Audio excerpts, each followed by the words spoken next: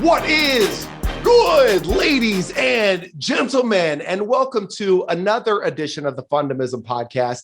I'm your host and master of shenanigans, Paul Long, and we got another good one in store for you. Of course, you know, if you've been following the Fundamism journey, that we're all about in 2021, the how. How do we create additional joy, fun, and fulfillment? See, I don't just want to talk about the what, right? And the why is important, but it's not going to help us identify the behaviors to create the desired outcomes that we desire. So we're focusing on the how in 2021. And we got, count them, 2 guests to help us do that today. Before I introduce these lovely individuals, we have to shout out, and we would be remiss not to do so, our sponsor, Charlie Hustle. Charlie Hustle, of course, creates amazing fits, apparel, whatever you're into, they most likely got it. And this is going to resonate with our guests a great deal. If you go to the charliehustle.com website, you're going to learn really quickly that their mission is all about evoking happiness, right?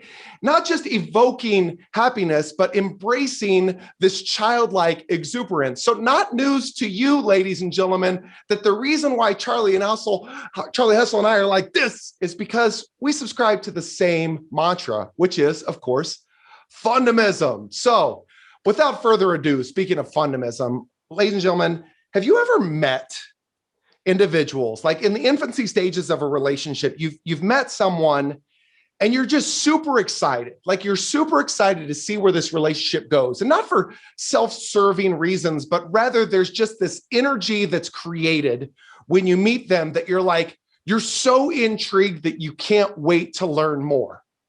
I had that opportunity roughly 3 weeks ago with these 2 ladies. Without further ado, after a lengthy introduction, I got my friends now. I think I could call you guys friends. We got Annette Brechbill of the Brechbill Group and Mirjana Novkovic of Evoke Invoke. What is good, ladies? Oh, everything is good with you, Paul. Seriously. What an opening. Paul, thank you so much for having us. I am so excited. And I do agree. We got off that first phone call and it was like, you know, that scene in Step Brothers. Did we just become best friends? Yup.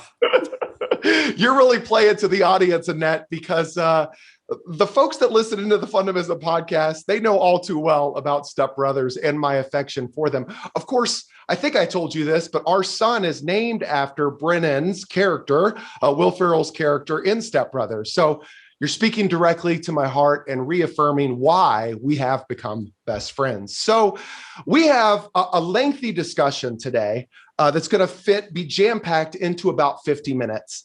And it is something that really highlights what I feel has been the number one reason, if I break it all down, whatever you define success as, I believe that this topic, our featured fundamental today, is the number one reason I have seen whatever level of success I've seen in life. And I would guess that you two would probably say the same. But before I introduce that fundamental, the people want to know, and we got to give them what they want. What do you ladies do for fun? We'll start with you, Annette. Well, here's the somewhat sad thing, like travel is my love language. So I love planning trips. I love traveling. I love meeting new people. I love getting out of my own environment. So, you know, it's been a little rough, but I have condensed that down and I'm doing it on like a smaller level. So for fun, I love going to the park and running around with my kids and my dog and getting out in the sunshine and just being generally outdoorsies. I love it. Follow-up question. You have one child? I have 3. 3 children, and that's not counting the dog. That's not counting the dog, no. Which child is your favorite? All right. All great things. I love it. As a father of 2 and a cat dad, everything that you're saying resonates with me. So Mirjana, you're always glowing. Cheek to cheek. I've never seen you without a smile on your face. What do you do for fun? Oh, wow. I dance, right? I used to just I was never like a dancer. I mean, outside of ballet dancing when I was younger and all of that, and didn't really pursue dance, but I love to just put on music in the house and just kind of dance around, mostly when nobody is around, and really kind of create these elaborate little dance scenes. If you could only see me there. But then occasionally my 7-year-old daughter, Sophia, will run in and I'll do some twirls with her. And really, I've found so much joy in that lately. And my 13-year-old son just kind of laughs at us. Occasionally, he'll let me hug him and I'll sway with him a little bit, but then he quickly lets go of that. But I have to say, like, that listening to music lately and just dancing freely, like just finding that freedom again, that's something I'm cherishing these days anyway. I love it. And what I love about that is, you said something that really resonated with me. When you talk about joy and freedom, music is something that really hits me in just about everything, like my head, my chest, my shin sometimes, depending on what I'm doing at the gym. But music, I feel like you could find, in the Fundamism Podcast listeners, you guys know this, we talk about it all the time. You could find whatever song you want to evoke, a word that I know means a lot to you, Mirjana, any emotion that you want to feel. And so listening to music with purpose, it really resonates with me and is a featured fundamental of Fundamism. So our family, of course, we used to have Hall & Oates dance parties on Friday night. And I do want a quick follow-up question, though. You had mentioned historically you do it when no one's around. Why? I don't know. There's just, just the freedom of it. I think everybody kind of laughs at me in my household when I do stuff like that. Although I will tell you that there's a part of me that's like, boy, what would it look like if I could get, the moms, dads, whatever in my community to say, what is the one thing you love to do? Whether it's sing in the shower, whether it's dance in your kitchen alone, what would it look like if for one night we put on a show, just as adults, got free, tapped into that childhood joy that we had, whatever it is? That's something I definitely have been thinking about lately. Ladies and gentlemen, do you feel this? Do you understand why these two amazing individuals are on the podcast? Childlike exuberance, getting out of our head, embracing freedom and joy. Here we go. So the featured fundamental today is really highlighted, but by what you both just said, like going to the park, experiencing time with your family, with your friends, finding joy, moms and dads of the neighborhood, just getting out of our head and cutting up and doing a routine. Like that would be super cool. And so that kind of encapsulates our featured fundamental today, which is expand your circle. Expand your circle. Now, as we jump into this discussion, because I know that you guys have some really robust thoughts on the topic, and our relationship is still in the infancy stages. It's a beautiful budding flower, if you will. But I know that there are times where folks convince themselves that they don't need to expand their circle. And I find the older that we get, we convince ourselves that we have enough friends or we don't have time for new relationships. So before we really dive in, when I say the fundamental and the term expand your circle, what comes to your mind? What comes to my mind is adventure, right? I am a woman who has spent her whole entire life chasing adventure. Like I left Australia as I was 20 years old, and I moved to London on a one-way ticket because I needed kind of adventure. And, as we do get a little bit older, there's a 4 in the start of my age. So that's happening. But when I meet new people, I mean, it takes us on like a new mini adventure, and maybe that person has a different view to what you have, and that's fun. That's an adventure. Maybe that person might have, that idea, how like you always have those concepts like, oh, I love this, but it's missing that one piece. Maybe that next person that you connect with has that missing piece, or maybe even more fun, you can provide that missing piece to that other person. So when I think about expanding your circle, it is all about adventure for me. You are adventurous. And I'm so glad that you addressed that beautiful accent, because like we've had a couple Aussies on the podcast, and people continue to say, you need more of that. Like, it's just so inviting. I love it. Thank you very much. So Mirjana, what comes to your mind when you think of the term expand your circle? Yeah, well, I mean, at first, I agree with you that so many of us are like, gosh, I've got this circle of friends. I just need to keep up with them. And I'm not doing a great job at that. So let me just focus on that. But to your point, I think the more that we allow ourselves to open up and just invite other people in and learn from another and connect, there's just depth. Like when I think about expanding the circle, it's about learning about the depth of humanity that we can all share. And, one of the things that I miss about going into the city, I live like 20 minutes outside of New York City. And when I used to travel in the city and commute, I'd be on the subway rides and I would sit there and I would just kind of look at, the subway car full of people. Some might look sad, some might look happy. And I would just fantasize, what would it look like if we just this is it. Like, this is the group of people in the world that we got to know.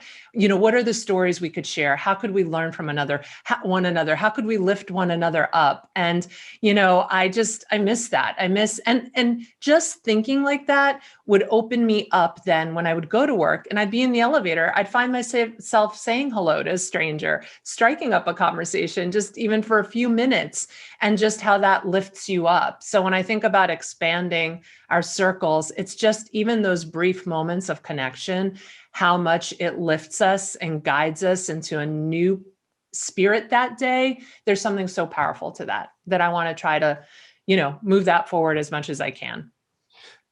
What I love about this discussion and what's organically happening, and this is the power of the Fundamism podcast, we typically don't have an agenda in these conversations. We're getting to know our guests just as the audience is. Now, I've had the pleasure of connecting with both of you a limited number of times. Annette, you and I once via Zoom call, and many love fest style emails with all of us defined as such by you. And then Mirjana, this is our third time connecting via Zoom, of course.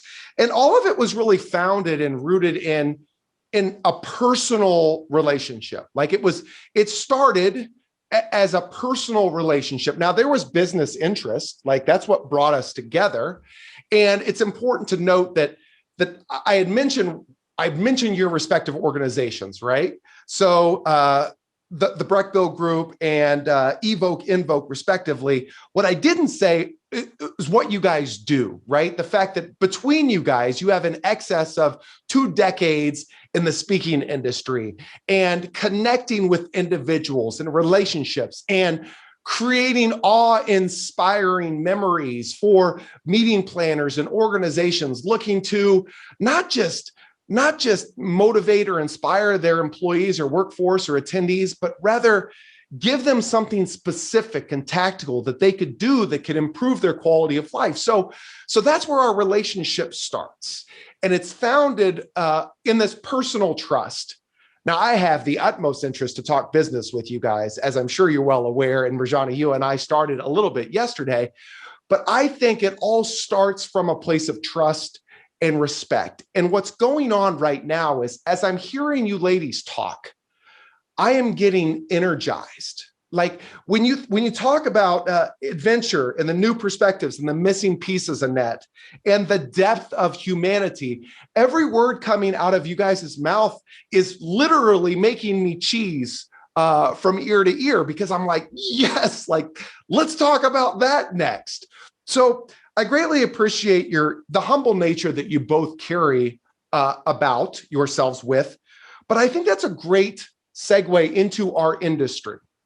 And it's been difficult for me to kind of navigate. So I'm asking you, as potentially individuals willing to coach me for a brief moment, how do you cut through the disingenuous nature of some relationships? Here's what I mean. In our industry, and I would argue in many industries, oftentimes you have people showering you with compliments, trying to get it. Oh, you're so great at what you do. Oh, like, I just want to say I admire you. And Annette, gosh dang it, I admire you because on our Zoom call, you said some of the most complimentary things at the end of our conversation. And you said to me, And Paul, this isn't just me saying, it was nice to meet you. Like, this is not like just surfacey stuff. And so here's the question with a very long preface. How do you cut through the noise to determine whether somebody is genuinely interested in becoming a part of your circle, or rather they're just doing it for self-serving reasons? Annette, I'll start with you. Well, yeah, and I love the way that we kind of finished that conversation. And I think because, I'm an Aussie, so I'm always like, this is just me. Like, I'm not super like polished and, diplomatic, even though I have been a diplomat at some point in time, by name, not by nature. This is the way, whether you were, a CEO of a company, whether you were the person holding the door, like, I speak to you in the same way.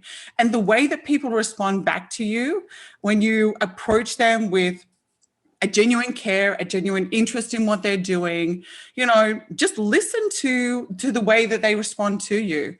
And then, have a little, check in with your body, and then trust that instinct, because I don't know that I've ever gotten a first impression of someone and been truly proven wrong. Like, sometimes, the essence of who someone is could grow, but that first inkling about whether this is a human you want in your circle or not, you should trust that instinct, because most of the time that's right.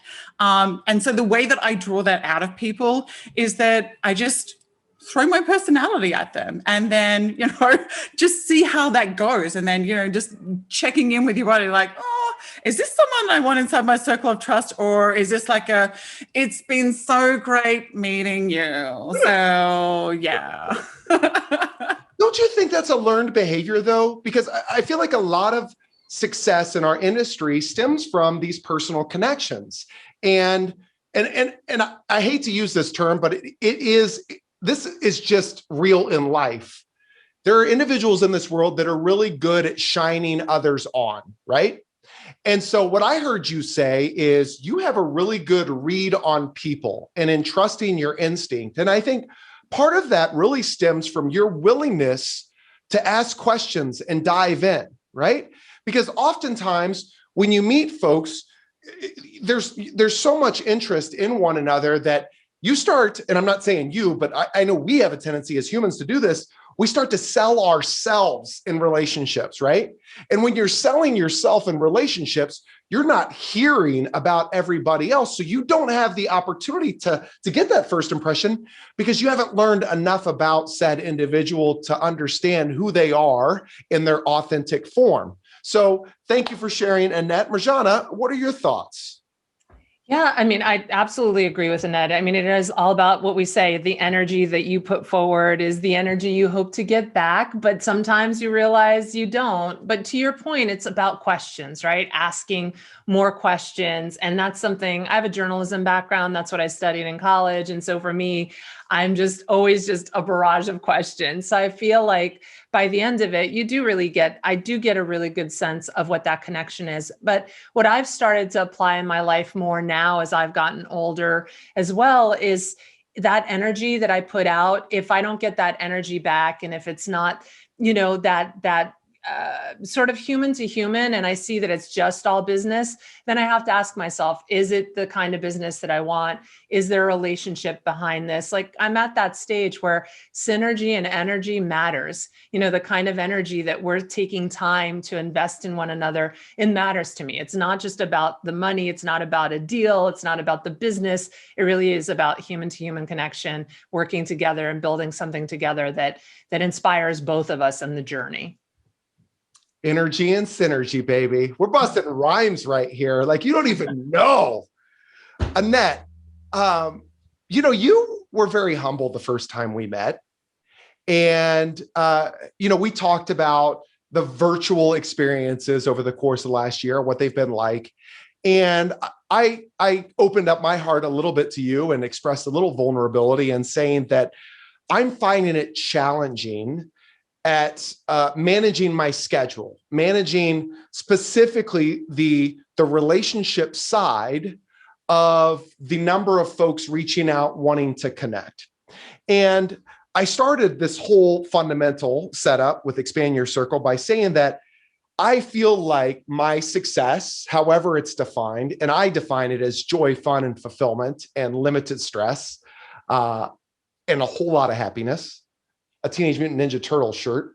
But that's how I define it. And I believe that it's directly attributed to the relationships that I've not only helped foster, but I've been blessed enough to find and sustain over time. And so that belief is almost a limiter for me whenever so many people start reaching out, trying to connect with me and asking for part of my time. I know that that's why I am where I am. And so I feel guilty when I can't make it happen. But you had a really interesting take on it and perspective. How do you manage the number of folks that reach out to you and want to connect or want to do business or just want to chat? My first response is always to just reply and acknowledge their humanity, because who the heck am I to not be replying to that? Like, I am not too cool to reply to, 10 people a day and say, hey, thanks so much for reaching out. Good luck with your journey. Or, maybe there's this other resource, and maybe that takes, half an hour, 40 minutes tops in my day. I mean, I'm not too cool to be doing that. And like my vector check for that we discussed on the call together is that recently I was inspired to send Arianna Huffington an email. I used to manage her when I was in a former life at WSB, and I've kind of stayed in touch with her occasionally. It's not like, we're best friends. I'm not going to her Christmas party, but I stay in touch with her occasionally.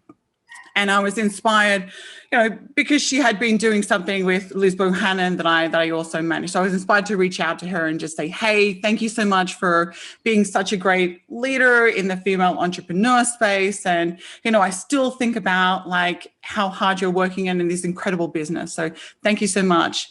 And she wrote back to me the same day, right? Now, if Arianna Huffington is cool to reply to Annette Brechbill, who really is nothing for nothing, then in the same day, then how am I not cool? How am I too cool to not reply to, the people who, inbox me on LinkedIn and or hit me up on email or cold call me, sure, let's let's spend 5 minutes. I can definitely spare anyone 5 minutes. So follow-up question, because I want to talk to Mirjana about this, because then you opened up your heart and asked me for advice, and I have no idea what the hell I did to deserve that. But I want to talk a little bit more to Mirjana about this topic. But Annette, so it's one thing to respond to an email. It's another thing when folks are reaching out and they want to schedule a Zoom meeting, right? And people are savvy from a business perspective and sales perspective. That power close, that alternative choice. I have Tuesday and Wednesday. I got Tuesday afternoon or Wednesday morning available. Which do you prefer? So my question is, how do you manage the ask of additional time? Because 5 minutes responding to an email, or I love that applying to the human side or appealing to the human side of individual and connecting in a human to human response. How do you manage when people want more? So it's an initial introduction. Let's take me, for example. I'm blown away by our first conversation, and I want to schedule a call. And you don't know what the desired outcome of said call is, and you're just chock full of crazy to-dos. What do you do? How do you manage that? Well, I will always take a meeting with you, my dear. You know that. Like, we're there in our relationship. Like, that's just happening, right? But like you mentioned, that I would have no idea about, the outcomes of that call. I don't normally take a meeting unless it's like, I have some sort of understanding of the outcome of that call. So, when people send you the Calendly invite and it's in LinkedIn and, you've had that kind of back and forwards, my response is there something specific that I can help you with? And then based on that answer, am I the best fit for that? Because I'm not only wasting my time if I jump on that call, I'm also wasting their time. And so I'm so privileged to have like a great Rolodex of incredible industry professionals who do all kinds of specialist things, you know, because there's so many different like niches within the industry. I've probably got someone who is better equipped to help that person than me if I'm not the right fit for that call. Yes, perfect. I love it. And this speaks to something that I consistently struggle and battle with every single day. And as the Fundamism Podcast listeners, I know that what Annette is saying, and hopefully me opening my heart to you, allowing you a little insight into what I am struggling with or challenged with every single day, hopefully you hear some relatability and something triggers your mind to say, it's okay. It's okay to push back and just ask the question. You know, I love meeting new people. Can I ask what the desired outcome of our meeting is, as time is our most valued asset, right? And a couple of things are going to happen. One, they might not respond because they know that they were just reaching out to shoot the breeze, right? They didn't have a desired outcome. They just want to connect. Two, they're really complimentary and they say, I love what you're doing in the space and I'd love to tell you a little bit more about what I'm doing and learn a little bit more about you. Well, psychology, what did they lead with? Tell you a little bit more about what I'm doing. I could follow up really quick with another discovery question, right? Or three, you find out that they're really genuinely interested in how you could potentially add value and that they need help. At which point you could start to prioritize, and all of our priorities are different. You could prioritize where that relationship falls in that spectrum of their response. So, Mirjana, without getting into detail, we had a very similar discussion. And you said to me, I would love your advice, Paul, because I'm struggling managing the number of to-dos and relationships that are coming my way. And I said to you, because this is, again, our second at the time Zoom meeting interaction, I feel like it would be extremely detrimental for our relationship for me to offer you advice when I don't know what you prioritize, I don't know what you value, and I don't know much about you personally. But what I will share with you is something that really resonated with me recently from an amazing business partner that you work with on a regular basis. And then I recited exactly what Annette just said. So Annette, your wisdom, your wisdom carries on long after you drop it, sister. But Mirjana, like, talk to us, get a little vulnerable, talk about this journey with you in managing, competing priorities and relationships.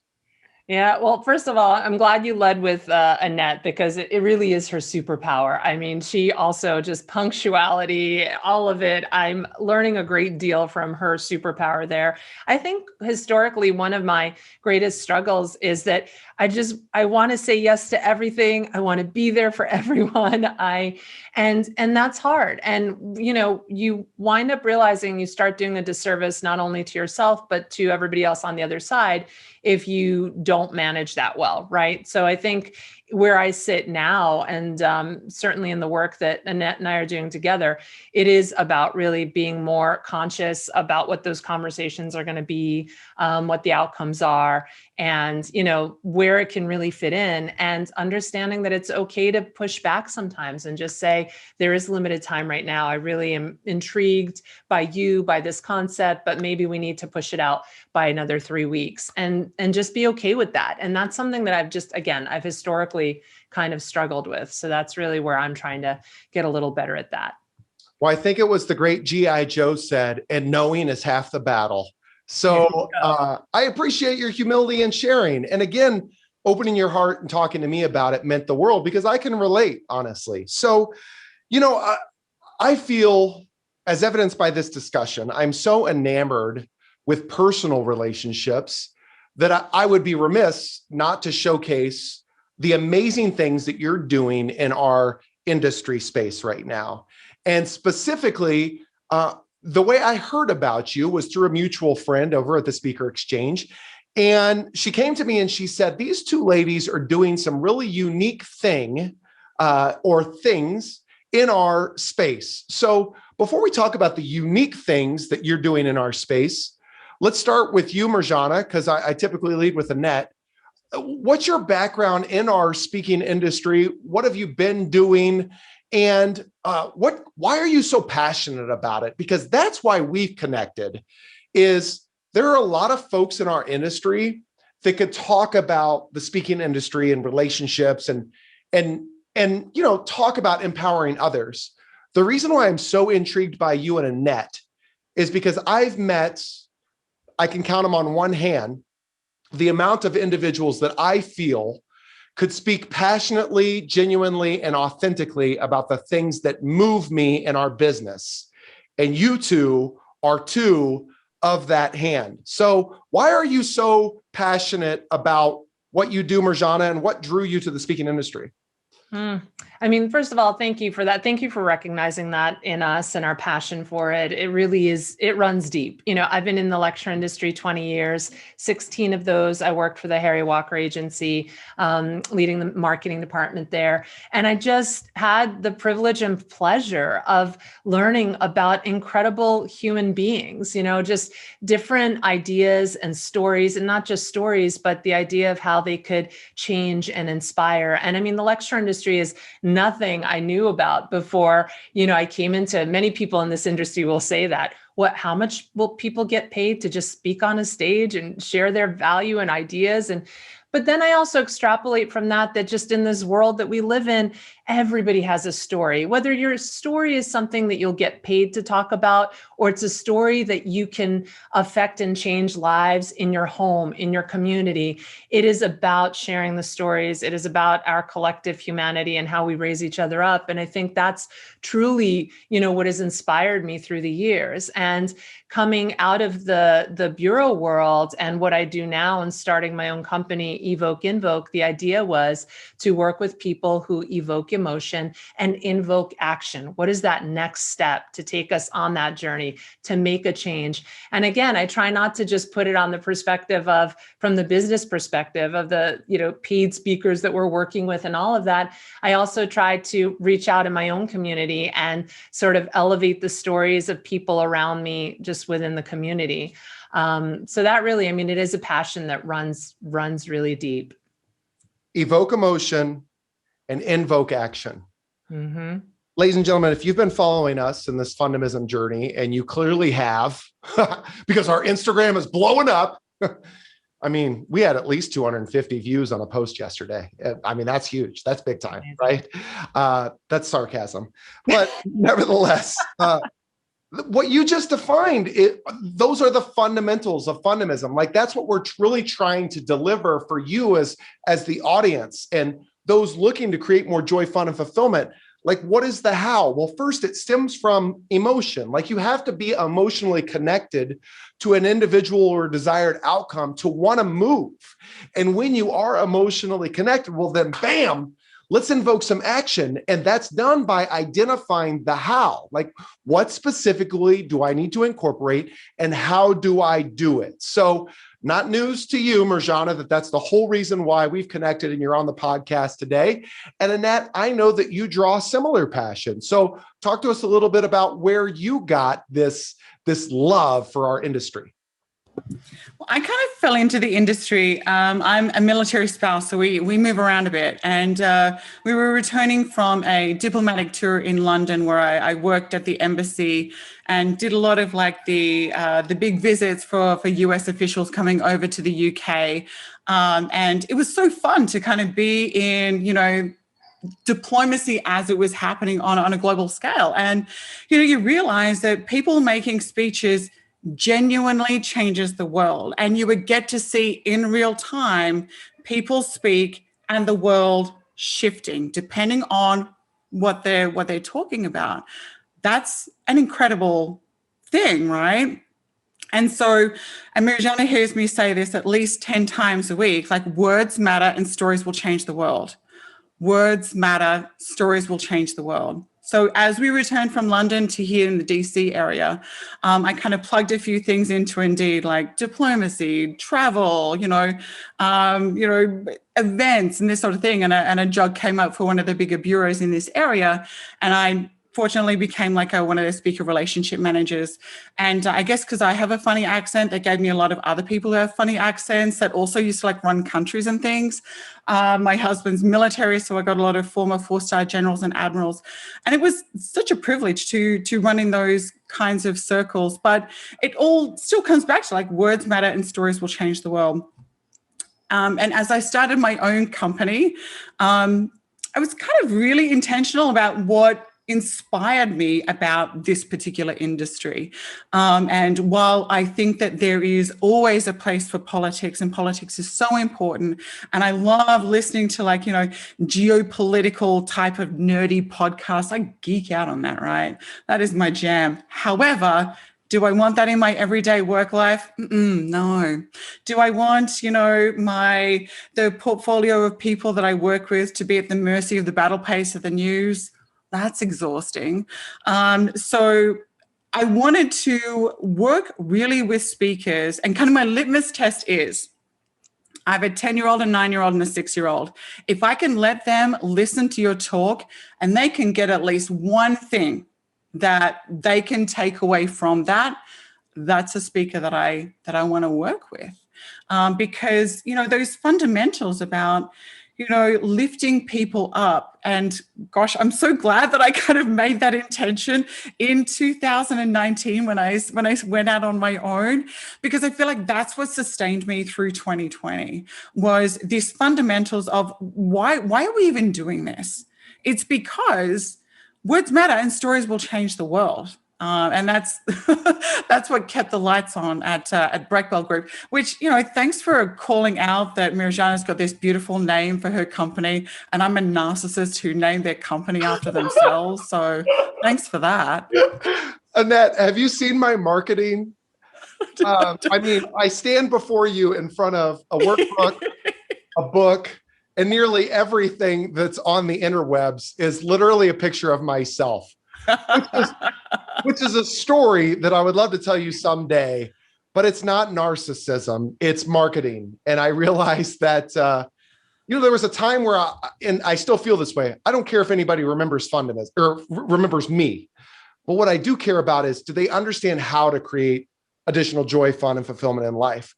But when I was out there selling Fundamism, it wasn't selling because it needed a role model, an example of what it looked like. And so when I started marketing myself as a speaker, that's when Fundamism started to take off. So don't get it twisted. I respect what you've built.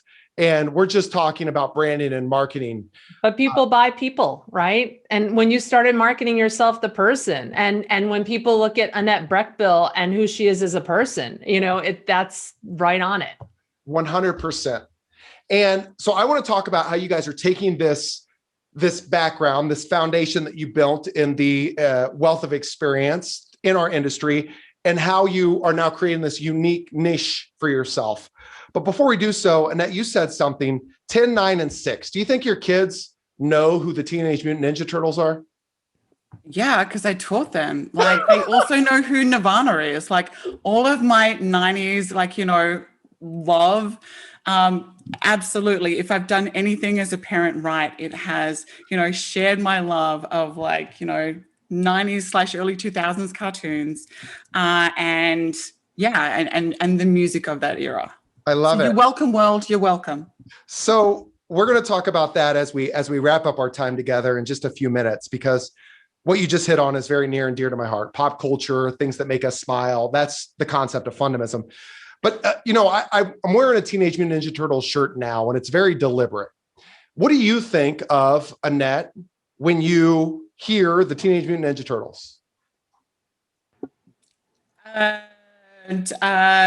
Great times of my childhood. I geeked out on TMNT, and I use the acronym because I'm that cool. So. Yeah, for sure. So like most people, we think of turtles, we think of cowabunga, right? We think of pizza. So when I think of the Teenage Mutant Ninja Turtles, I think of you ladies. I think of an organization's workforce. I think about expanding our circle and the individuals in it. See, each and every single one of these turtles have a very unique personality style, right? You have You have Michelangelo, not news to you ladies that I am very much Michelangelo. I love to party. I love to have a good time. I love to crack jokes. Nothing's too serious. Like, I'm going to ease us back into it. Cowabunga, dude. Let's turn up. Oftentimes I struggle with focus, right? But then you got Raphael, who's like, he's the emotional one. He's always in his feelings, right? He's always thinking about his feelings. And those individuals sometimes are stronger in relationships, but can also be inhibited too by overthinking things. Then you got Leonardo, who's he's the leader, man. He's got a goal. He's gonna, hey, follow me, guys, be with me, partners in crime. Let's make this desired outcome happen. And then ultimately you got Donatello. He's the inventor. He's the smart one, the intellect, if you will.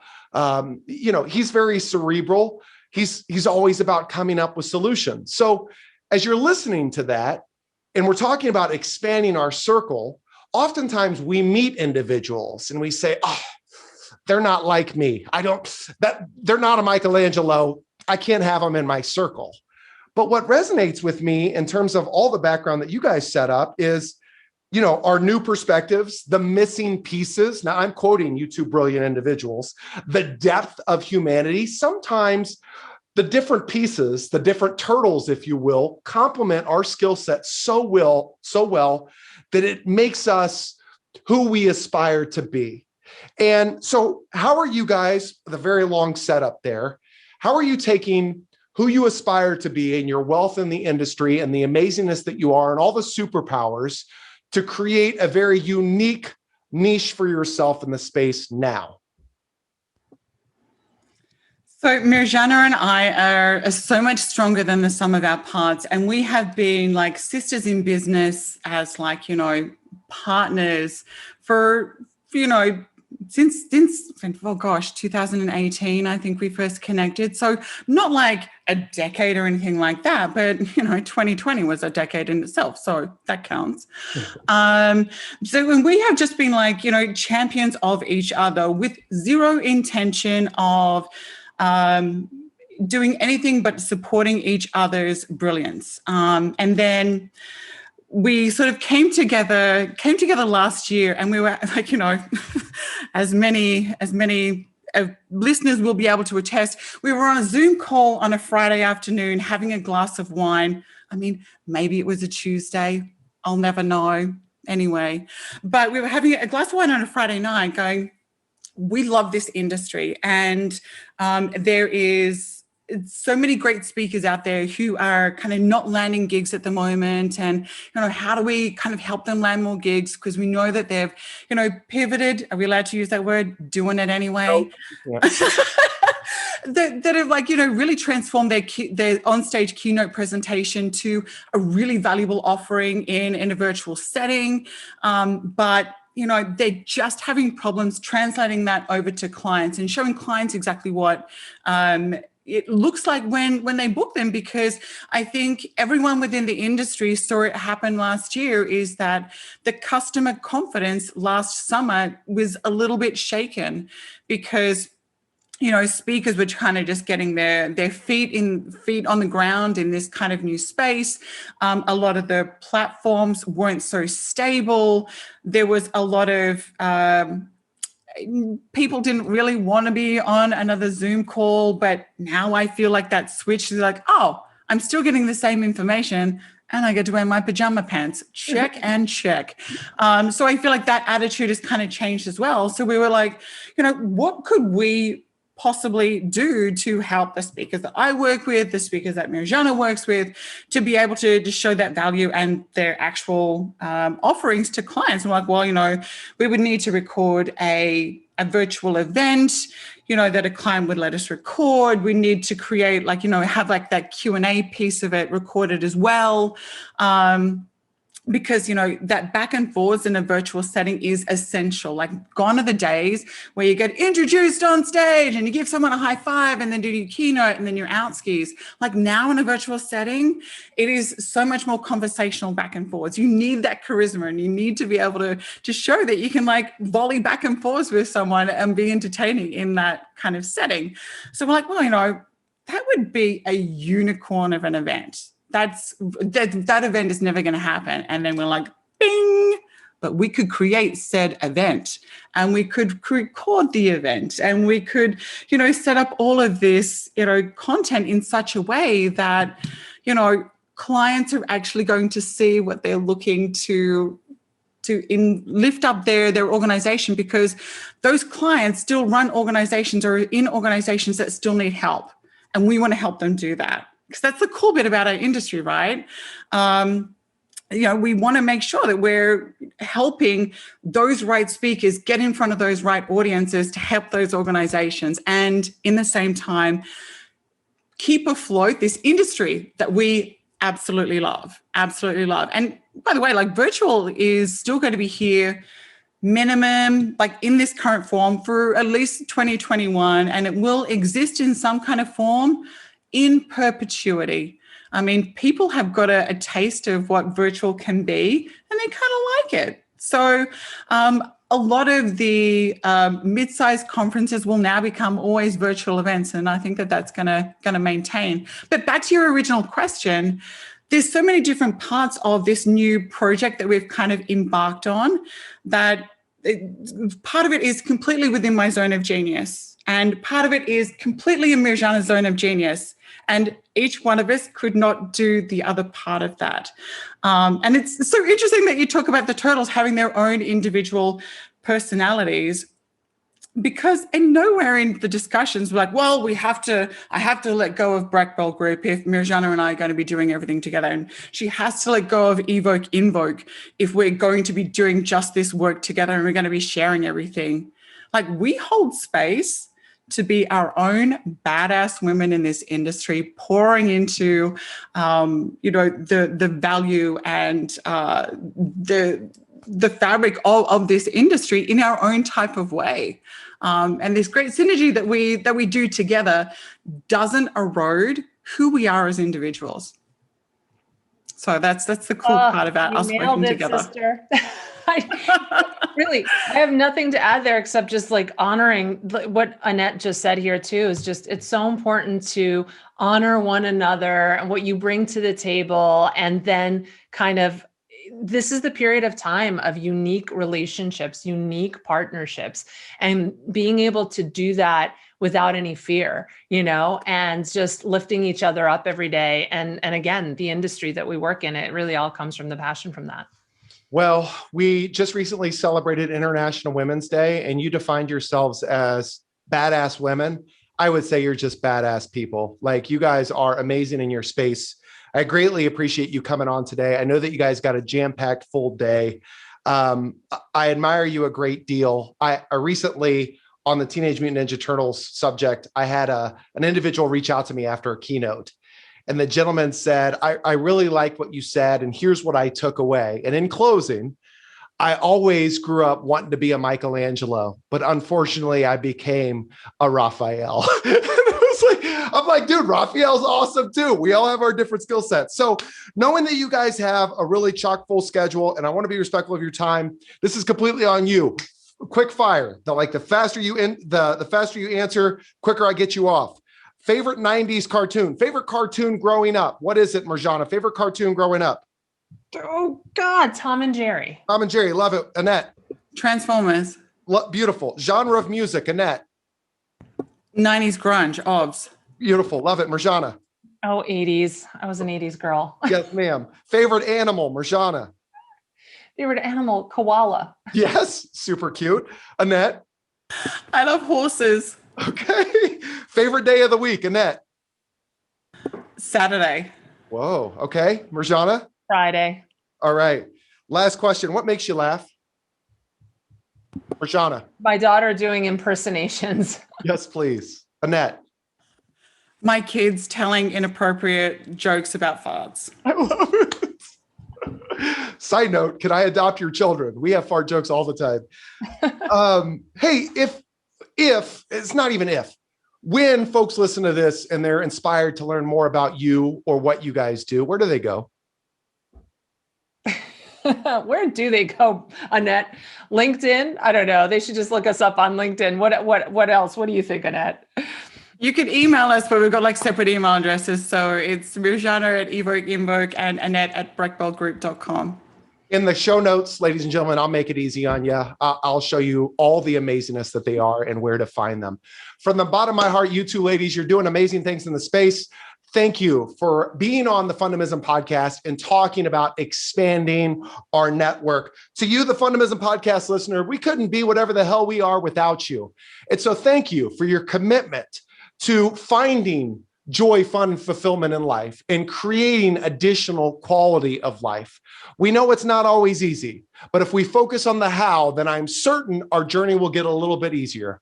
Go have some fun today and create some fun in the lives of others. And until I catch you on the flip side, be safe, smile often, have fun, and deuces.